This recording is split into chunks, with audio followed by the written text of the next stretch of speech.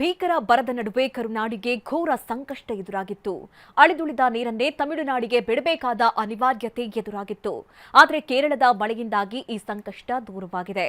Kabini dam ಭರ್ತಿಯಾಗಿದ್ದು ತಮಿಳುನಾಡಿಗೆ ಬರೋಬ್ಬರಿ 10,000 cusec ನೀರು ಹರಿದು ಹೋಗ್ತಾ ಇದೆ.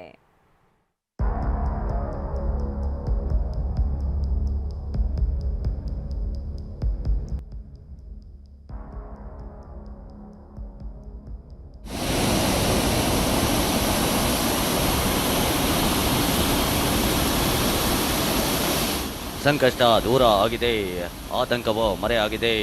ಮೊನ್ನೆಯವರೆಗೂ ಒಣಗಿದ ಕಾವೇರಿ ಇಂದು ಹೇಗೆ ಭೋರ್ಗೆರೆಯುತ್ತಿದ್ದಾಳೆ ನೋಡಿ.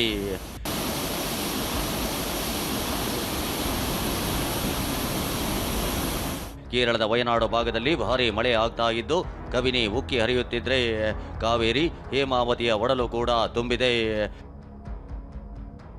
ಸಂಕಷ್ಟ ದೂರ ಮಾಡಿದ ಕೇರಳದ ಮಳೆ, ವಯನಾಡು ಮಳೆ ತುಂಬಿದ ಕಬಿನಿ ಡ್ಯಾಂ.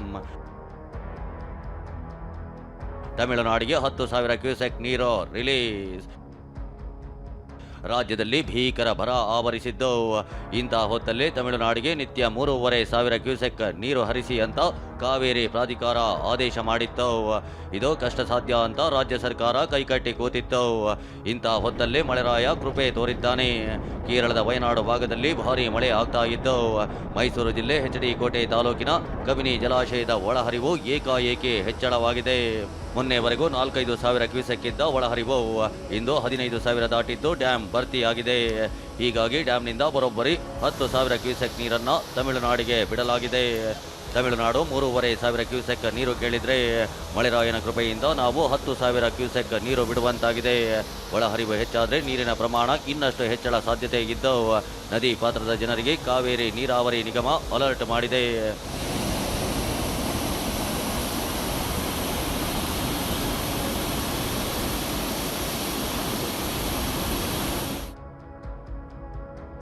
ಕೊಡಗಿನಲ್ಲೂ ಭಾರೀ ಮಳೆ ಉಕ್ಕಿದ ಕಾವೇರಿ.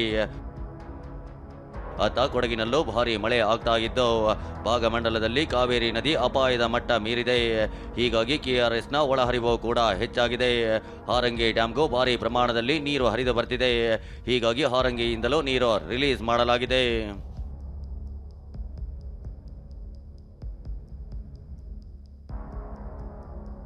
ಹೇಮಾವತಿ ಡ್ಯಾಂಗೆ 11,000 ಕ್ಯೂಸೆಕ್ ಒಳಹರಿವು.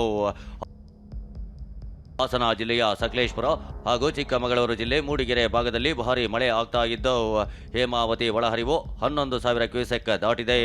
ಇದರಿಂದ ಹಾಸನದ ಹೇಮಾವತಿ ಡ್ಯಾಂನಲ್ಲಿ ನೀರಿನ ಸಂಗ್ರಹ ಹೆಚ್ಚಾಗಿದೆ. 37 ಟಿಎಂಸಿ ಸಂಗ್ರಹ ಸಾಮರ್ಥ್ಯದ ಡ್ಯಾಂನಲ್ಲಿ ಸದ್ಯ 26 ಟಿಎಂಸಿ ನೀರು ಸಂಗ್ರಹ ಆಗಿದೆ. ಮಳೆ ಹೀಗೆ ಮುಂದುವರೆದರೆ ಡ್ಯಾಂ ಭರ್ತಿಯಾಗಲಿದ್ದು ಕೆಆರ್ಎಸ್ಗೆ ಹೇಮಾವತಿ ನೀರು ಬರಲಿದೆ. ಹೇಮಾವತಿ ಜಲಾಶಯದ ಭರ್ತಿಯಾದ್ರೆ ಕೆಆರ್ಎಸ್ಗೆ ನೀರು ಹೋಗುತ್ತೆ. ಆದರೆ ಈ ಬಾರಿ ಬಹುತೇಕ ಹಾಸನ ಜಿಲ್ಲೆಯಲ್ಲೂ ಕೂಡ ದೊಡ್ಡ ಮಟ್ಟದ ಮಳೆಯ ಕೊರತೆ ಆಗಿದೆ. ಆದರೆ ಕಳೆದ 2-3 ದಿನಗಳಿಂದ ಒಂದಷ್ಟು ಸಣ್ಣ ಪ್ರಮಾಣದಲ್ಲಿ ಏನು ಸಕಲೇಶಪುರ ಭಾಗ ಇರ್ಬೋದು, ಚಿಕ್ಕಮಗಳೂರು ಜಿಲ್ಲೆ ಮೂಡಿಗೆರೆ ಭಾಗದಲ್ಲಿ ಮಳೆ ಆಗ್ತಿರ್ತಕ್ಕಂಥ ಹಿನ್ನೆಲೆಯಲ್ಲಿ ಸ್ವಲ್ಪ ಪ್ರಮಾಣದ ನೀರು ಜಲಾಶಯಕ್ಕೆ ಬರ್ತಾ ಇದೆ. ನಾವು ನೋಡ್ತಾ ಇದ್ದೀವಿ, ಜಲಾಶಯ ಕಳೆದ ವರ್ಷ ಇಷ್ಟೊತ್ತಿಗಾಗಲೇ ಜೂನ್ ಅಂತ್ಯದಲ್ಲಿ ಒಂದು ಬಾರಿ ಭರ್ತಿಯಾಗಿತ್ತು, ಜುಲೈನಲ್ಲೂ ಕೂಡ ಒಂದು ಬಾರಿ ಭರ್ತಿಯಾಗಿತ್ತು. ಆದರೆ ಈ ಬಾರಿ ಆಗಸ್ಟ್ ಆರಂಭ ಆದರೂ ಕೂಡ ಜಲಾಶಯ ಭರ್ತಿ ಆಗ್ತಕ್ಕಂಥ ಯಾವುದೇ ಲಕ್ಷಣ ಕಾಣ್ತಾ ಇಲ್ಲ. ಚಾಮುಂಡಿ ಕೃಪೆಯಿಂದ ಮಳೆ ಎಂದ ಸಿಎಂ. ಇಂದು ನಾಡದೇವಿ ಚಾಮುಂಡಿ ದರ್ಶನ ಪಡೆದ ಸಿಎಂ. ದೇವಿ ಕೃಪೆಯಿಂದ ಕಾವೇರಿಗೆ ನೀರು ಬರ್ತಿದೆ ಅಂತ ಸಂತಸ ಹಂಚಿಕೊಂಡ್ರು. ಏನು ಆ ತಾಯಿ ಚಾಮುಂಡೇಶ್ವರಿ ಅನುಗ್ರಹದಿಂದ ಈ ಕಾವೇರಿಯ ಸ್ವರೂಪಿ ಹರಿದಾಡ್ತಾ ಇದ್ದಾಳೆ.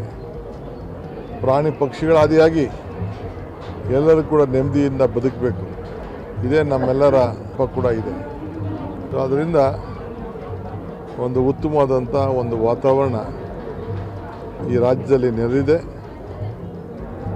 ಗಂಗೆ ಹರಿತಾ ಇದ್ದಾಳೆ, ಕಾವೇರಿ ತುಂಬ್ತಾ ಇದೆ. ಆ ದೇವಿಗೆ ನನ್ನ ನಮನ. ಕಾವೇರಿ ಪ್ರಾಧಿಕಾರದ ಆದೇಶದಿಂದಾಗಿ ಕರುನಾಡು ಸಂಕಷ್ಟಕ್ಕೆ ಸಿಲುಕಿತ್ತು. ತಮಿಳುನಾಡಿಗೆ ನೀರು ಹರಿಸೋದು ಹೇಗೆ ಅನ್ನೋ ಚಿಂತೆಗೆ ಬಿದ್ದಿತ್ತು. ಆದರೆ ಕೇರಳದ ಮಳೆ ವರದಾನವಾಗಿತ್ತು. ಪ್ರಾಧಿಕಾರದ ಆದೇಶಕ್ಕಿಂತ 2 ಪಟ್ಟು ಹೆಚ್ಚು ನೀರು ಕಬಿನಿಯಿಂದ ತಮಿಳುನಾಡಿಗೆ ಹರಿದು ಹೋಗ್ತಿದೆ. ಮೈಸೂರಿನಿಂದ ರಾಮ್ ಜೊತೆ ಮಂಜುನಾಥ್, TV9 ಹಾಸನ.